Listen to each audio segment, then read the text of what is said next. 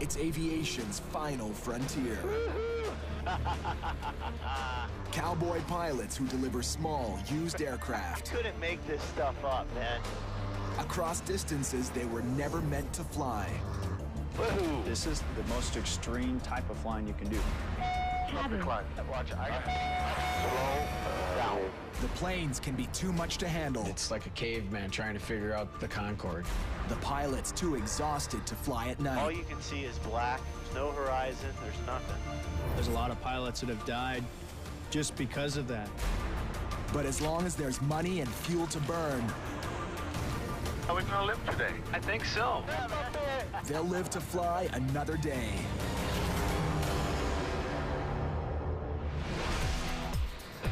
On the last leg of a 19,000-kilometer marathon, two ferry pilots race to the finish line in a state-of-the-art Phenom jet. See Vegas? See the airport right there? The airport. Slow down, slow down, slow down. Marcio Lucchese has flown plenty of these babies, but this is the first jet flight for Kerry McCauley, and he'll be landing it in front of the new owner. Dude, land there, land there. Autopilot. Start putting your flaps, start slowing down. If you're shelling out $3.5 million on an executive jet, you want it handled with kid gloves. Figuring, full flaps, no warning lights. Sink rate. Pull up. Pull up a little bit. Sink rate. There you go, just a little. That's beautiful. A little bit of power now. Right, don't dive for now. Just keep it nose up, nose up. Nose up. Perfect, my friend, perfect. That's my boy. And start braking. More braking, more braking.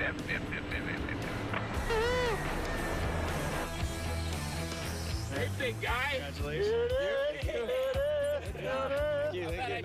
Congratulations with the new airplane. Thank it was you. a pleasure, huh? Hey, you guys We did a made great all job. Thank you so Congratulations much. to the crew. Thanks a lot. If anyone deserves to celebrate right now, it's Kerry. Oh, that tastes good after a long flight. Yeah. This trip, flying halfway around the globe, from Australia to America, was his trial by fire. Cabin. Cabin. Cabin. Cabin. Learning to take orders from a computer. Stall. Stall. And trying to hold it together when everything's falling apart. Kerry did really well. I was not expecting for him to pick up as quick as he did. Yeah, man, looking forward to do it again. Yeah, they say you can't teach an old dog new tricks, but you can teach an old pilot how to fly a jet, apparently. Kerry might have plans to cool his heels in Vegas, but he won't get the chance. Yeah, it seems to be a nice plane. I haven't seen it myself, but the broker told me it's nice. Back at head office, boss Corey Benson just landed a big contract to deliver a plane to Argentina. And he wants Kerry on it right away. This is Kerry. Hey, Kerry, it's Corey Benson, CB Aviation. How are you? I've got a trip that just came up extremely quickly. I need you to captain a Navajo down to Argentina. Yeah, sure, no problem. There was another ferry company that was doing the flight, and they quit halfway through. So the client called me in a panic and is begging for us to do it. This is a chance for Corey to grow his new business and to succeed where others have failed. I had no idea how I was going to put it all together, but in this business, you got to be able to make things happen. The rush is on. Best case scenario for me is I don't hear from them. The plane takes off, they handle any issues that comes up, and I get a phone call that the airplane's delivered in Argentina. The plane is a '79 Piper Navajo Chieftain, a stretch limo version of the regular Navajo with souped-up engines. Kerry's back in his element with the kind of plane he's flown for 20 years. Check the oil caps are all secure. 11 in the right and then 10 and a half in the left. His co-pilot on Corey's rush job is Stu Sprung, a guy he's flown with once before. This opportunity came up very last second, but I was able to free myself up and get here in a day's notice, essentially. Stu's a far less experienced pilot with a fraction of the flying time Kerry's got under his belt. Just about all set? Yep. So on this flight, there's no question who's in the driver's seat. I've been chosen to be captain, or however we want to put that. So, you know, we're gonna be working as a team on this. All the decisions will be basically mutual. But if push comes to shove and someone needs to make a decision, I guess that'll kind of fall to me. Right. Let's get out of here. Right 360, 22, clear for takeoff, 608. We got gas on the main. We got an undercarriage. We got mixture. We got props. Do you want to take off? Sure. Right away, Kerry gives Stu the chance to show his stuff. I will get the gear. A little heavy. Your nose down. Gear coming up. Nose down, nose down, nose down, nose down. Okay, you got it? Yep, there. Got the controls. They'll head first to the islands of Turks and Caicos, then fly another 8,000 kilometers south all the way down to Argentina. We estimate destination 1700. Roger. Roger, sounds so much more sexy down south. But as they approach Turks and Caicos, Kerry spots trouble. Boy, that gauge is kind of pegged. Yeah, you're right. It's not vibrating. I do not like that. No, I mean, we're not at an extreme power setting at all. The oil temperature gauge shows the right engine is running hot. The right engine always does burn a little hotter. Cylinder head is normal, and the oil temp is super hot. It's just not making any sense. Still, it makes me nervous. I don't like a needle touching the red line. It's not that gauge. We can cook this engine in a heartbeat. If the engine is overheating, it could set the whole plane on fire. I want to get this thing on the ground. I don't want to screw around. That gauge is making me really nervous.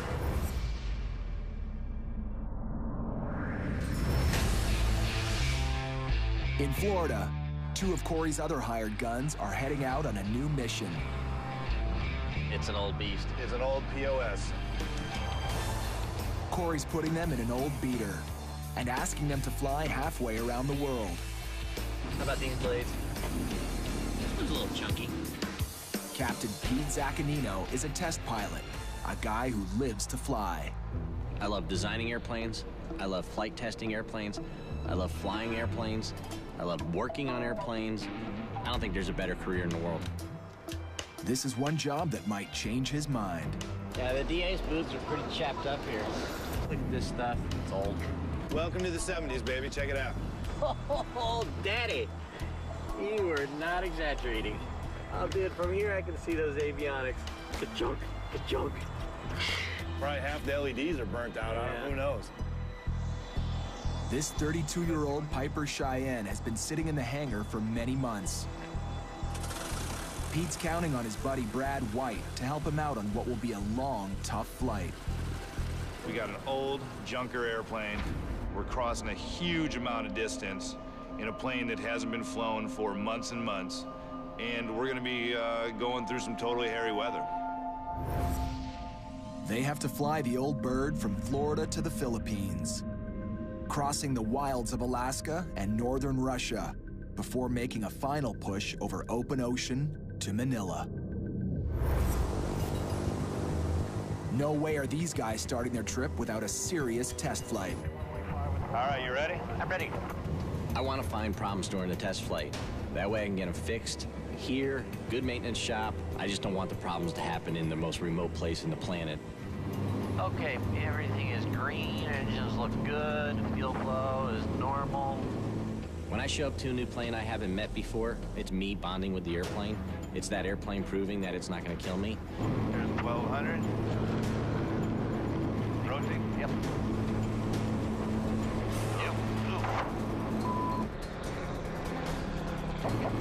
Yeah, that trim is a little funky. Yes, it is. Trim controls small flaps on the tail that are crucial for climbing and descending. Man, that is weird. And this trim is barely working. Try getting yours trimmed up. Yeah, it's sluggish. Yeah, that could be a showstopper if we did lose trim controllability. That would totally suck. Yeah. A plane's trim can make the difference between life and death. If the trim tab fails, that's a serious, serious situation. Aircraft could end up nose up vertical, nose down vertical, or upside down. All very hazardous scenarios. Pete and Brad cut their test flight short. I'll just start down. I'll just do it. As the Cheyenne comes in for a landing, the trim decides to behave. 3 green, no red, full flaps for clear to land. Alrighty. But not many aviators grow old, flying unreliable equipment. Well, we got a major trim problem. Yeah. So until the problem's fixed, this old bird is grounded.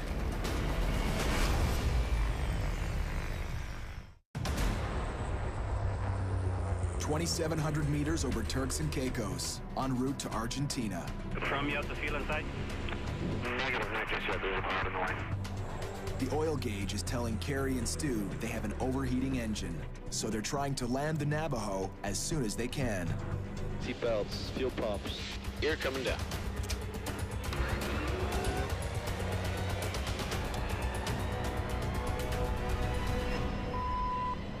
Oh, man.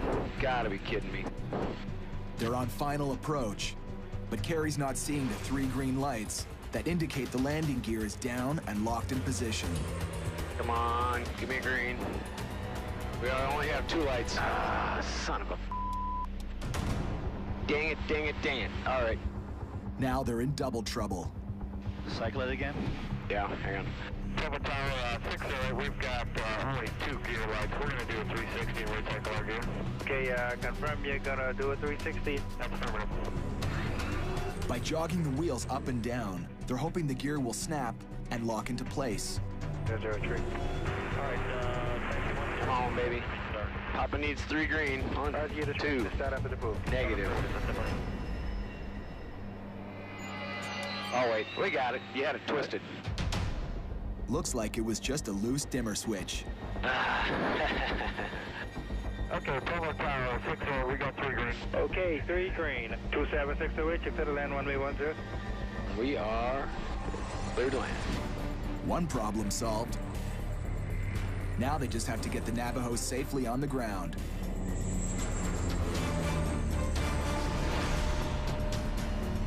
There.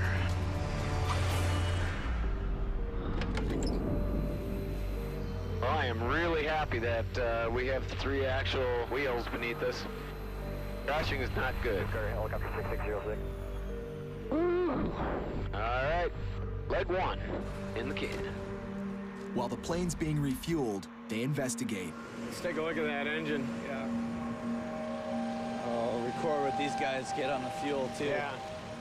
Well, we're gonna see how much oil we got in this girl. See if that was possibly the problem.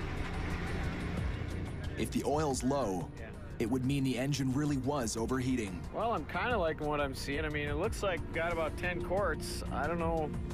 We can put a couple in, but she's really not burning any oil. I don't see any obvious signs of overheating on the engine. You know, no, the cowling isn't discolored from overheating. The worst case is that this is a bad sensor and we can't see what the oil temperature is. And, you know, it's a judgment call from here.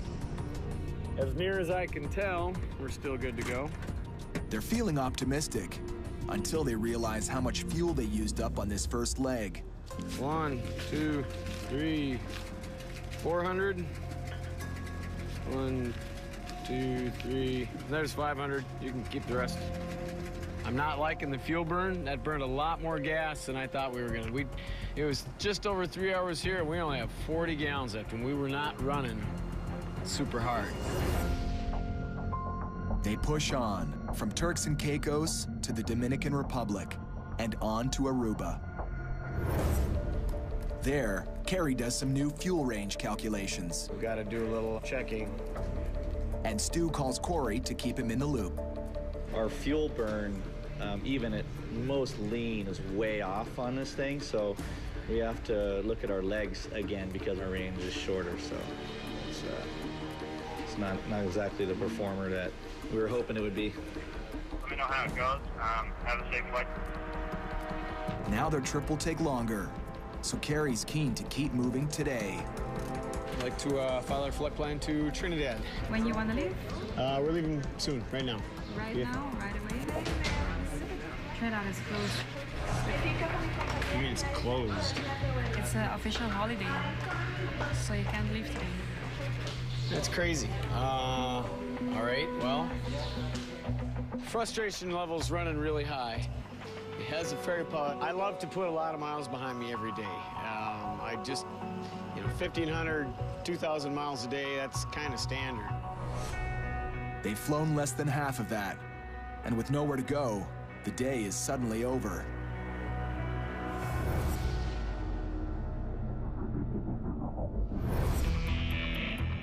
Back up in Florida, Pete and Brad are even worse off.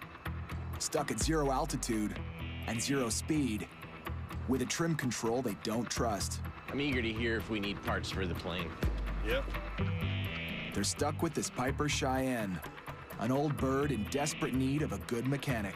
I do not see anything binding or slipping in the actual mechanical control wheel. You don't see that play where you gotta roll it an inch or two before it starts. Yeah, but that's normal in some airplanes, especially when you have that electric trim.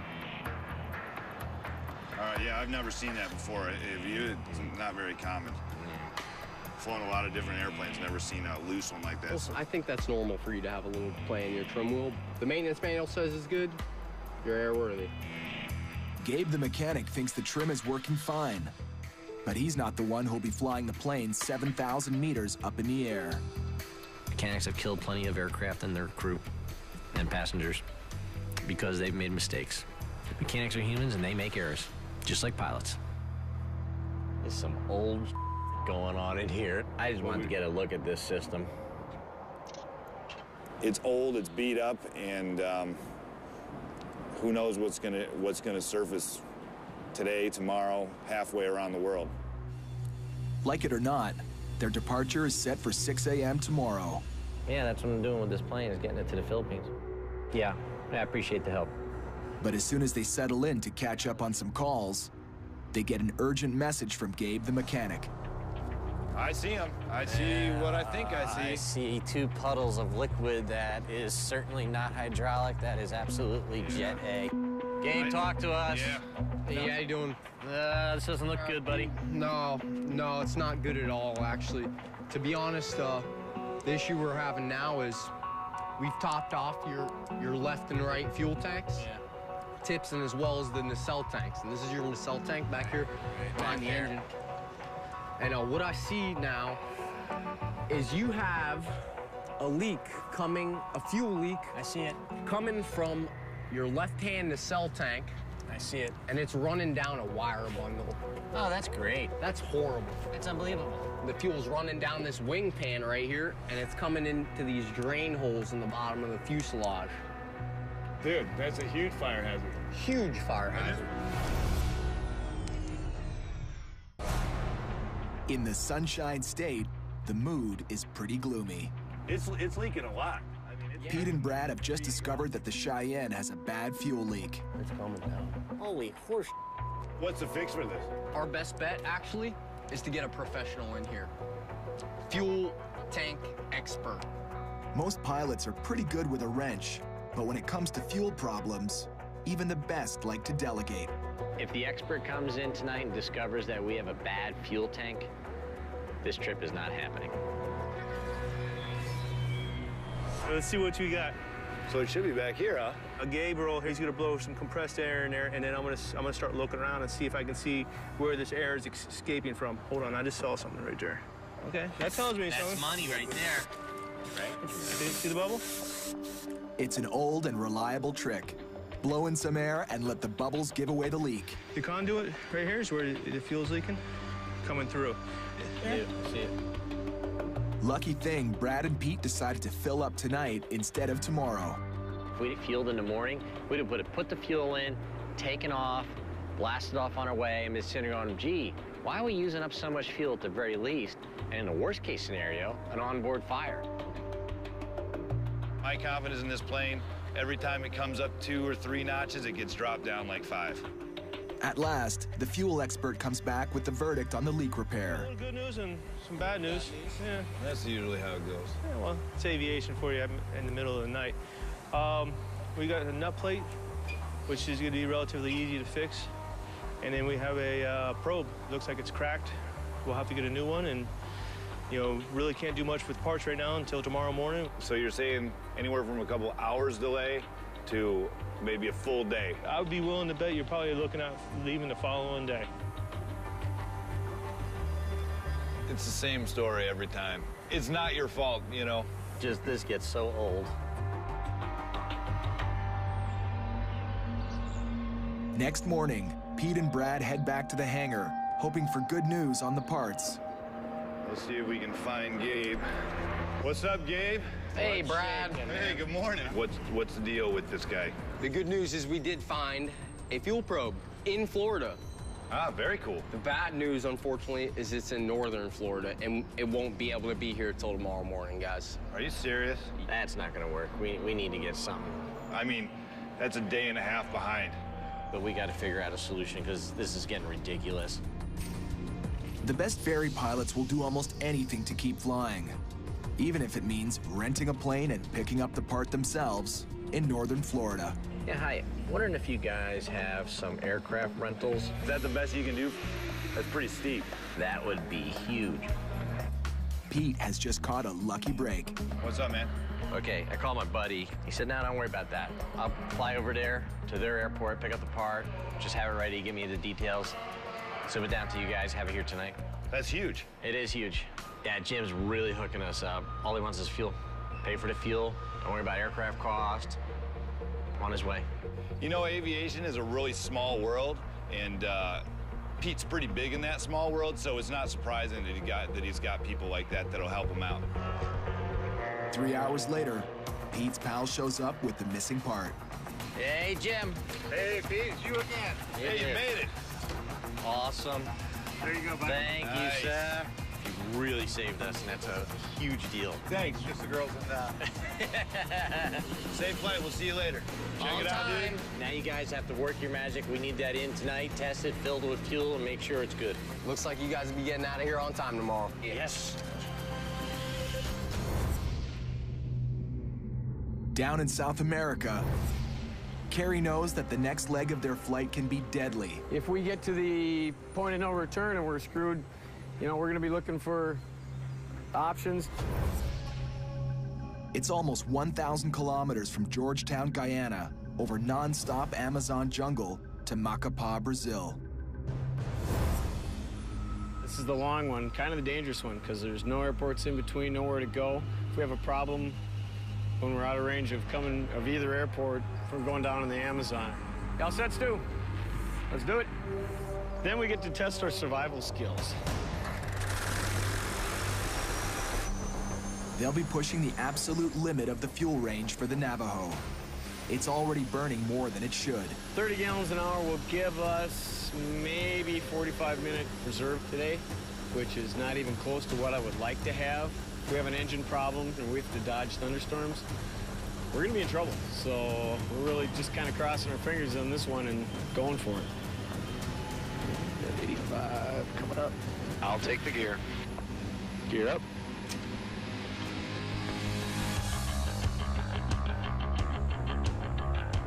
We got some time to make up.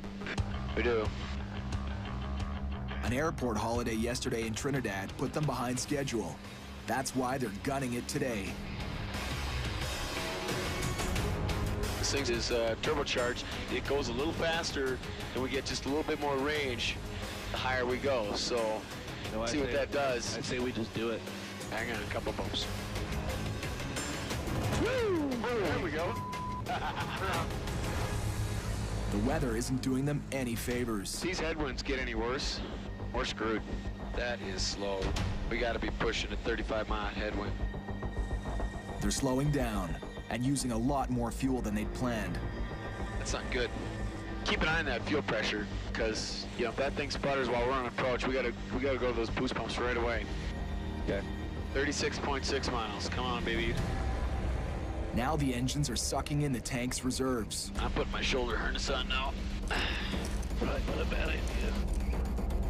At least one of the engines should still be running by the time we get there, but they're running pretty low, so I really hope we make it.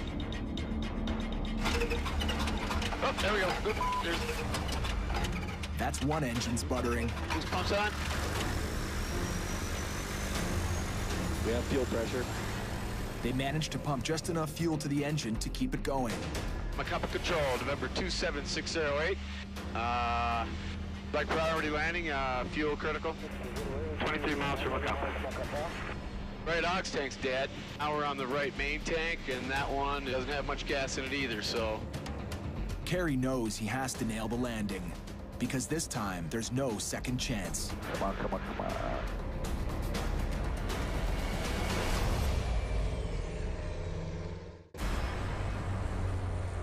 And Macapa Control, approach 27608, 5 miles. Just a little bit further. 600 meters over Macapá, Brazil. Stu and Kerry are seconds away from running completely out of fuel, and they're preparing for the consequences. Okay, pre-landing checklist. Gas, not much on the fullest tanks. Undercarriage, down, 3 green, 1 in the window. Fuel pumps on. Mixture's fuel rich, fuel pumps on. Just a little bit more. So I think we're high enough to glide in there now. If we lose an engine. Yeah, if this quits now, I'm aiming right for the end of the runway.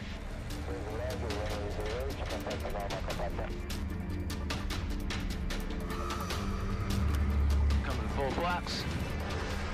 I think I got the runway made. Oh, man. Yes. Ay,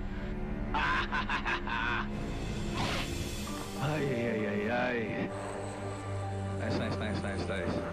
Flaps, not the gear, the flaps. Boost pumps off. Woohoo! Back on the ground. Safe and sound. It's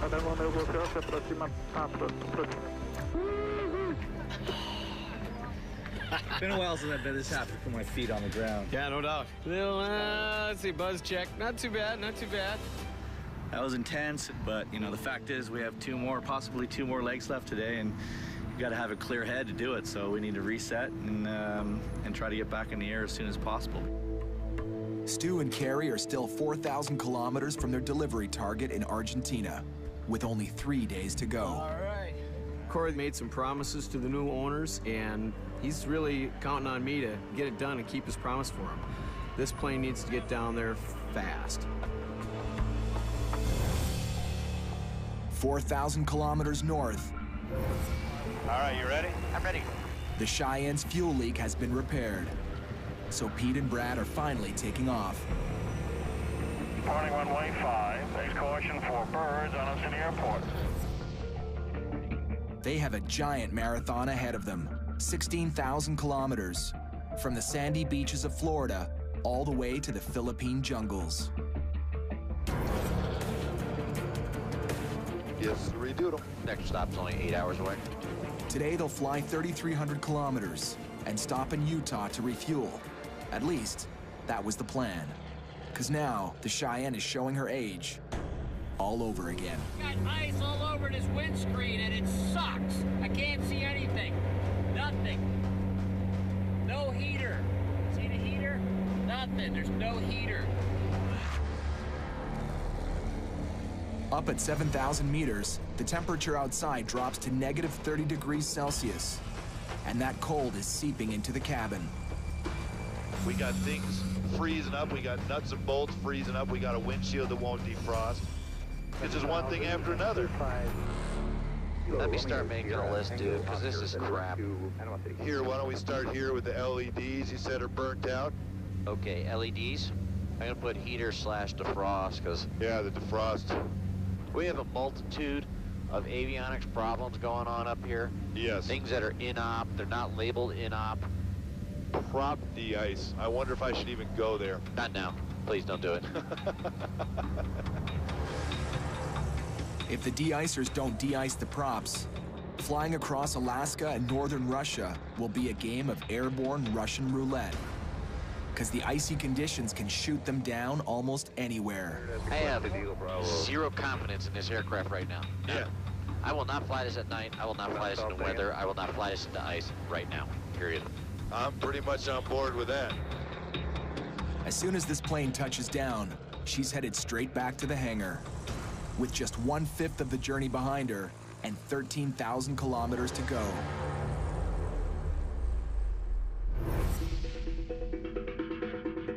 In Brazil, Carrie and Stu are down to a tight 2-day deadline to deliver the Navajo to Argentina. But Stu's just met a guy who can help them big time. From Macapá to Foz do Iguaçu, going this way, 1601. The direct was 15. Yeah, 15 something, yeah. Jonas is a Brazilian ferry pilot who's also delivering a plane to Argentina. 1545. That's 3 legs. Direct. That's You 3 can do legs. 500 each. He knows the back routes well, and he's offering to fly them over some shortcuts that'll save them a huge whack of time. We really scored. Having a native to escort you is unbelievably lucky. So that's why I really love ferry flying. I love going to the small airports and meeting all the pilots. You know, I don't like going to big international airports and meeting bureaucrats. That's just painful. It's like getting a root canal. Being able to fly to smaller airports, just get fuel, no flight plan, be on our way. It's huge. It's the biggest scoop of this whole trip.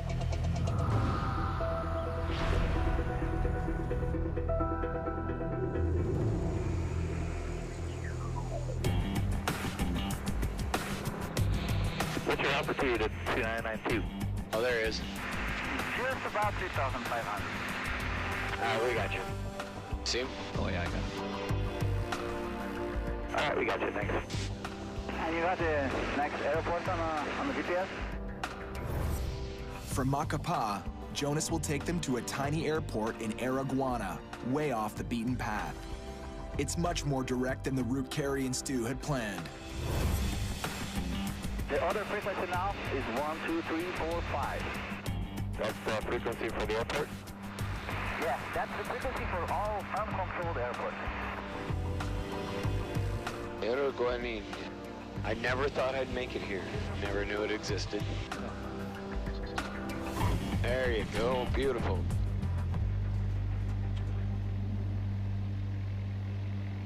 Turn and burn, in and out. Not a bureaucrat in sight. 2D. The fastest stop of the entire trip. It's amazing.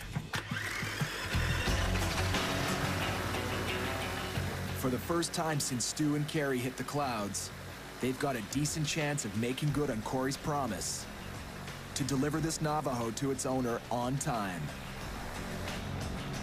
Now all they have to do is keep up with their new friend.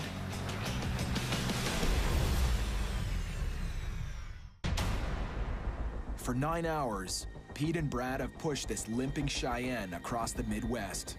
Holy cow, my feet are, I think, frozen to the floor. And that's with a newspaper insulator. Yeah, that floor is colder because I don't have the sun here now either. Just add it to the list of the other stuff that the mechanics got to look at when we get to Utah. Their Utah pit stop is home base for boss Corey Benson. They can't wait to unload on him. I'm looking forward to passing him the keys and saying, all right, we made it this far, it's yours. Good luck, sucker. Good luck, sucker. Now you can see what you gave us to drive halfway around the world.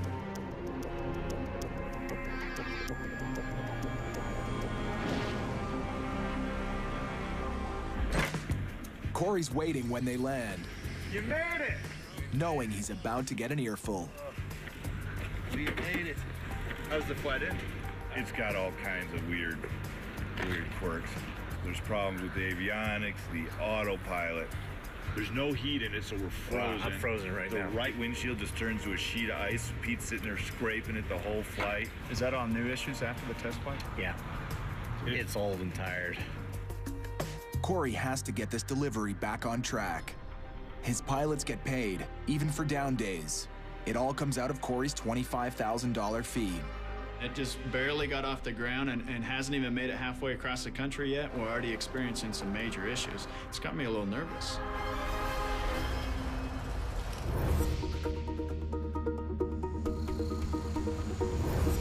With the help of Jonas, the Brazilian ferry pilot, Stu and Carrie have crossed this country in record time. And to their surprise, that means the Navajo flight is now ahead of schedule. Yeah, we just landed down here in the Brazilian border at what is it? Foz do Iguaçu. Foz do Iguaçu. Only 3 hours from delivery, They need Corey to confirm the drop-off point. Got refueled, and we're just giving you a call to see what the latest is. Perfect. They would like you to continue to a private airstrip in Rosario. They'll not be customs at this airstrip. I'm showing you the coordinates right now. To these guys, landing without clearing customs sounds dodgy. Do they have this covered with the government already, or are we, because that's an illegal landing. I understand where you're coming from, and I can answer that question for you. It might be best if you guys give Franco a call directly. If there's any deliveries or problems or changes, please give me. Okay, guys. All right. Thank you very much. Yep, bye. That sounds like the craziest thing to happen the entire trip. Entering a country without clearing customs, well, I don't know what they call it in Argentina, but it's a felony in the United States. And as pilots, we definitely have to follow some very specific rules, especially if we want to stay pilots, for one, and not go to jail, too. They've pushed themselves to the limit the last 6 days. They're only 1,000 kilometers from the finish line, but they refuse to risk everything for Corey's client. I'm not going into that private strip, no matter what he says. That's just stupid. We'll get busted. Nah. It doesn't take long for the owner to come up with a new game plan. I mean, we will try to take off earlier, but we still have to clear customs and immigration, pay landing fees, flight plan. Okay, that will work. Thank you, Finko. Bye-bye. He's gotten rid of the dirt strip behind his buddy's plantation or something, who knows what it was. So now we're going to the international airport, we're getting customs, everything's great, so very cool. Back on track. With a squeaky clean and legal landing all lined up, Stu and Carrie start off on the last leg of their trip. I will get the gear. Finish line, now just 3 hours away. Back up north in Utah, Brad and Corey are trying to sort out some of the problems with the Cheyenne. And we're gonna double check that heater and all the de-icing stuff and make sure it works. Ice-cold temperatures in the cockpit on the first leg of the trip could be an ominous warning of a more serious problem. Seeing if it's gonna heat up. If there's no heat hitting the propellers or wings, even the thinnest layer of ice can alter the aerodynamics. Nothing on this, Brad. Enough to turn the Cheyenne into a kamikaze dive bomber. Well, we've got some pretty major issues. I'm gonna have to call the owner. He's gonna be super frustrated, but these are just out of our control. Part of the challenge of ferry flying, especially older planes like this. If something can break, it will break. Hello, Edwin. It's Corey Benson with CB Aviation. How are you? We've got some pretty major problems with the airplane. It's just absolutely not safe for these guys to continue on how it is. For now, the Cheyenne is Corey's problem.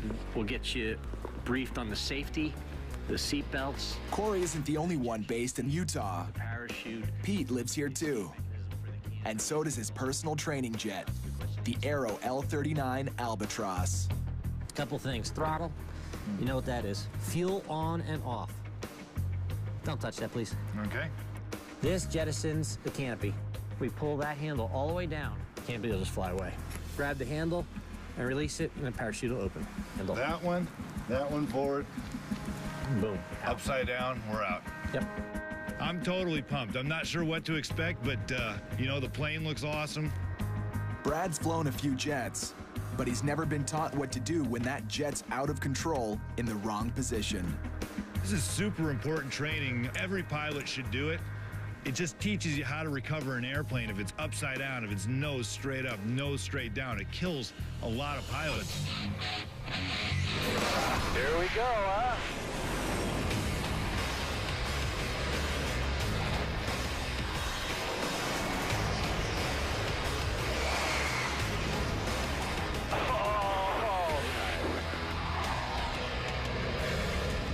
Answering eyes on the vertical up to 7,000.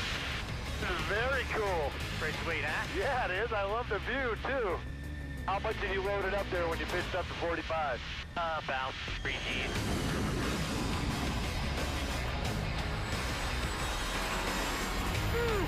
That was awesome, dude. Okay, you got the aircraft? I've got it. Okay, pull in, run left. Or right. Oh, sorry. That's okay, that's all right. Sweet, roll it out level. Isn't that cool? Woohoo! I'm digging it. Or roll inverted. I'm gonna float it down to the horizon. That's about good. Now roll back. Dude, how cool is that? Isn't that bitchin'? That's bitchin'. Yeah, that was awesome, dude. Pretty cool, isn't it? Yep. That's a good sign right there. I could feel it when we were loading up a little negative. Yeah. Like when we were coming through, that's when I was just like, whoa. All right, I earned the hat then. All right. Pretty sweet, wasn't it? That was sweet, man. Yeah. God, I can't believe how it flies. It's cool. It's so easy. Yeah. Yeah, it makes was awesome. it easy. Yep. It's been a great break from flying the Cheyenne. But by this time tomorrow, if Corey manages to get the heater working, these two pilots will be sky high, back in the old bird again, where almost anything can happen.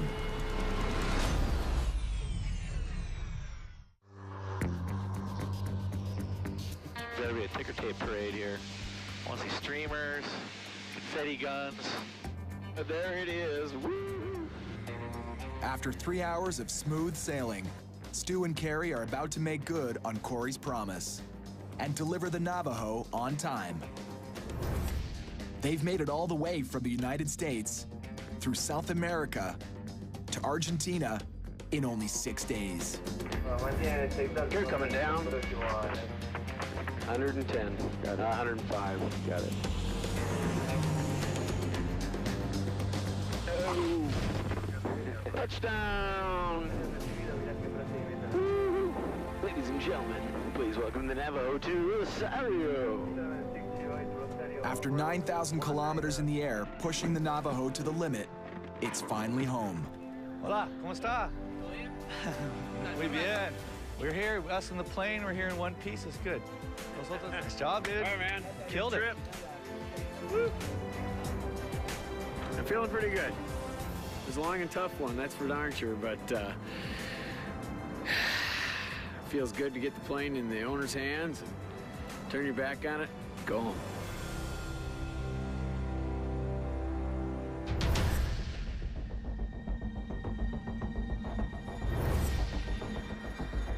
Pete and Brad know this Cheyenne will never fly like yesterday's L-39 jet. But Corey and the mechanic did get the prop de-icers working. Hey, John, what's the word? Hey, Brad. Hey, Pete. We found that there was a couple of loose ground wires to the de-ice boots on the props. So we tightened those up, did another test, and everything worked. The safety problem is out of the way, but that's small comfort, because the cabin is still cold as a beer cooler. We need the heater. It's way too cold and we got way too long to go, so. So we're doing a little troubleshooting here to try and figure out what in the system is not working. Hey, John, I'm feeling heat on the floor. Oh, yeah, the floor's getting warm. Yeah, it's totally working fine. That's great news. That's totally good news. Man, it's pumping like crazy. It feels great. Yeah, that's a relief. The last thing on their list is the avionics, the electronic systems that control many of the aircraft's mechanical functions. With so many things breaking down, Pete and Brad have never had time to test them properly. Ready? I'm ready.